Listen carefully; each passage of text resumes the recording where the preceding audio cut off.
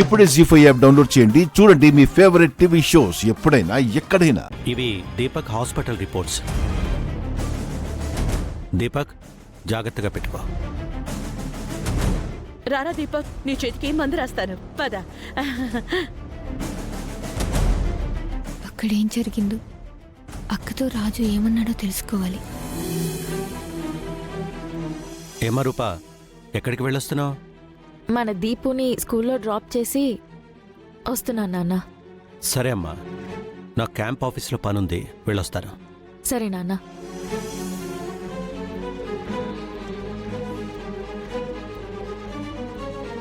అక్క, రాజుతో మాట్లాడావా? రాజు ఏమన్నాడక్క? మాట్లాడాను పింకీ, అంతా రాజు చూసుకుంటానన్నాడు. నువ్వేం టెన్షన్ పడకు. థ్యాంక్స్ అక్క. నువ్వు నాకు థ్యాంక్స్ చెప్పడం ఏంటి? పద.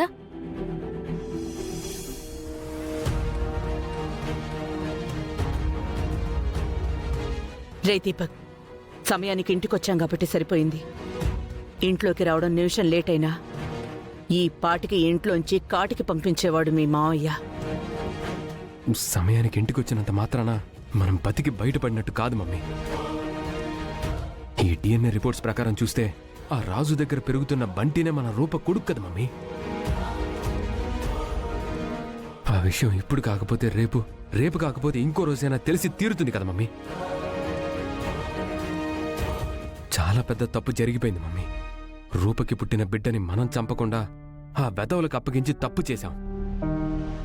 వాళ్ళు చంపలేదనుకుందాం దీపక్, కానీ ఆ బిడ్డ రాజు దగ్గరికి ఎలా చేరాడు? అంటే ఆ బిడ్డ రూపారాజుల బిడ్డ అని రాజు కూడా తెలుసంటావా? తెలిసే ఛాన్సే లేదు మమ్మీ. తెలుసుంటే ఆ బిడ్డనెత్తుకుని నేరుగా ఇంటికొచ్చి గొడవ చేసేవాడు కదా. బిడ్డని కూడా చంపుకోవాలి అని చూసింది అనే కోపంలో కూడా వాడు రాకుండా ఉండొచ్చు కదా దీపక్. అందుకేనేమో ఇన్నేళ్లైనా వాళ్ల జాడ కూడా మనకి తెలియకుండా ఉండిపోయారు. ఆ కుటుంబం ఈ కుటుంబం ఎదురుపడినా, బిడ్డ గురించి మాట్లాడుకున్నా మన గురించి తెలిసిపోయేది దీపక్. దేవుడి దయ వల్ల ఆ పరిస్థితి రాకముందే ఆ జీవన్ వల్ల మనకి నిజం తెలిసింది.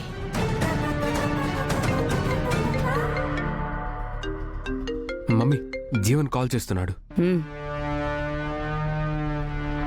మమ్మీ, స్పీకర్ ఆన్ చేయి. డిఎన్ఏ రిపోర్ట్స్ వచ్చాయా విజయాంబిక గారు? వచ్చేసాయి జీవన్.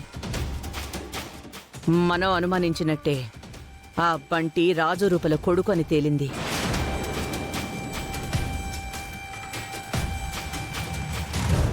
దొరికాడు నా కొడుకు. నన్ను నా ఫ్యామిలీని ఇబ్బంది పెట్టిన రాజు రూపలకి చుక్కలు చూపిస్తాను. మేమెంత నరకం అనుభవించామో రాజు రూపలకు కూడా అంత నరకం అనుభవించేలా చేస్తాను.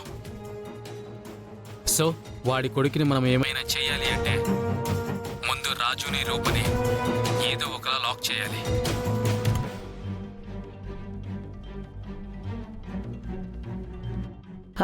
జీవన్, రాజు రూపల్ని లాక్ చేయడానికి నా దగ్గర ఒక ప్లాన్ ఉంది. ఏంటి విజయాంబిక గారు ఆ ప్లాన్? మా పింకీ, రాజు తమ్ముడు గోపి ప్రేమ కథలో చిన్న జరికిస్తాను. మా పింకీకి పెళ్లి చూపులు ఏర్పాటు చేస్తాను. పెళ్లి చూపుల పేరుతో రూపని లాక్ చేస్తాను. ఈ విషయం ఎలాగో రాజుకి తెలిసిపోతుంది కాబట్టి ఈ పెళ్లి చూపుల్ని ఎలాగైనా ఆపాలనే ప్రయత్నంలో రాజు కూడా లాక్ అయిపోతాడు. ఈ గ్యాప్లో నువ్వు బంటిని కిడ్నాప్ చేయి. ఆ తర్వాత ఏం చెయ్యాలో మనం కలిసి డిసైడ్ చేసుకుందాం. అలాగే విజయాంబిక గారు, రాజు రూపల్ని లాక్ చేసే సంగతి మీరు చూసుకోండి. ఆ బాబుని కిడ్నాప్ చేసే సంగతి నేను చూసుకుంటాను. ఓకే జీవన్. మమ్మీ, కానీ ఇప్పటికిప్పుడు పెళ్లి చూపులంటే కుదరదు కదా మమ్మీ. దీపక్, సీఎంతో వియ్యం అంటే ఎవరైనా కాదంటారా దీపక్? నేను ఏర్పాటు చేస్తానుగా.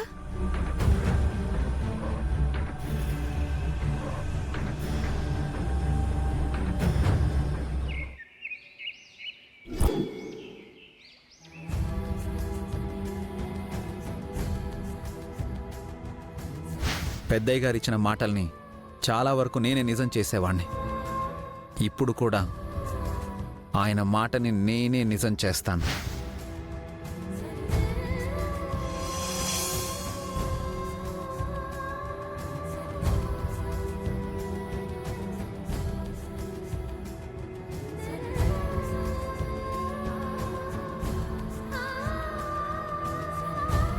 ఏం ఆలోచిస్తున్నారు నాన్న? పింకీ గురించేనమ్మా.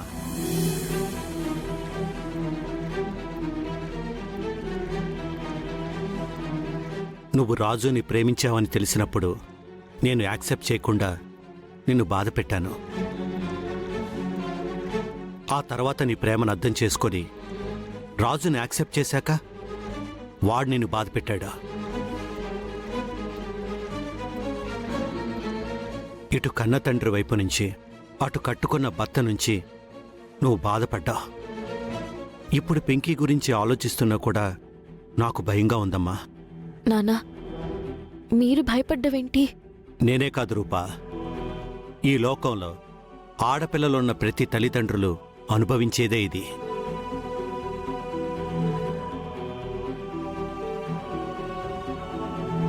ప్రేమించిన వాడికిచ్చి పెళ్లి చేద్దామంటే ధైర్యం సరిపోదు. అలా అని వద్దని చెప్తే పిల్లలు ఎలా ఆలోచిస్తారోనని భయంగా ఉంటుందమ్మా. నాన్న, మీరు దేని గురించి ఆలోచించకండి నాన్న. గోపి మంచోడు.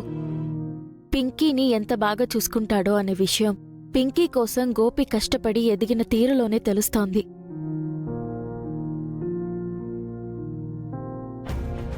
గోపి పింకీలు ఒకరిని వదిలి ఒకరు ఉండలేరు నాన్న. ఇంతకాలం వాళ్ళు మీరిచ్చిన మాటకి గౌరవం ఇచ్చి ఎదురుచూస్తున్నారు. అలా అని మీరు మాట ఇవ్వకపోతే ఎదురుచూసుండేవాళ్లు కాదు అని కాదు నాన్న. అమ్మ రూపా, వాళ్ళకి నేను మాటిచ్చిన మాట వాస్తవమే రూపా. కానీ నీ జీవితం చూస్తేనే నాకు ప్రేమ మీద నమ్మకం పోయింది.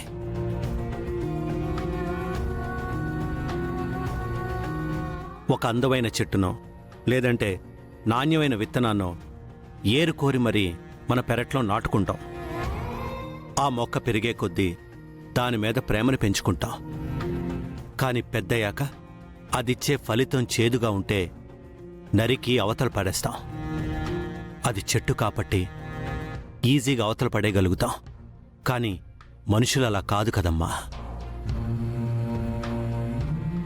అమ్మా రూపా, పింకీ విషయంలో బావగారు ఏ నిర్ణయం తీసుకుంటే ఆ నిర్ణయానికే కట్టుబడి ఉందా? ఇంకో విషయం రూపా, అసలే ఆ రాజు వాళ్ళ కుటుంబం మన మీద పుట్టెడు కోపంతో ఉన్నారు. రేపు జరగరాందేదైనా జరిగితే? నాన్న, రాజు కుటుంబం చూపిన కోపం మీకు తెలుసు. కానీ రాజు కుటుంబంలోకి అడుగు పెడితే వాళ్ళెలా చూసుకుంటారో అన్న సంగతి నాకు తెలుసు నాన్న.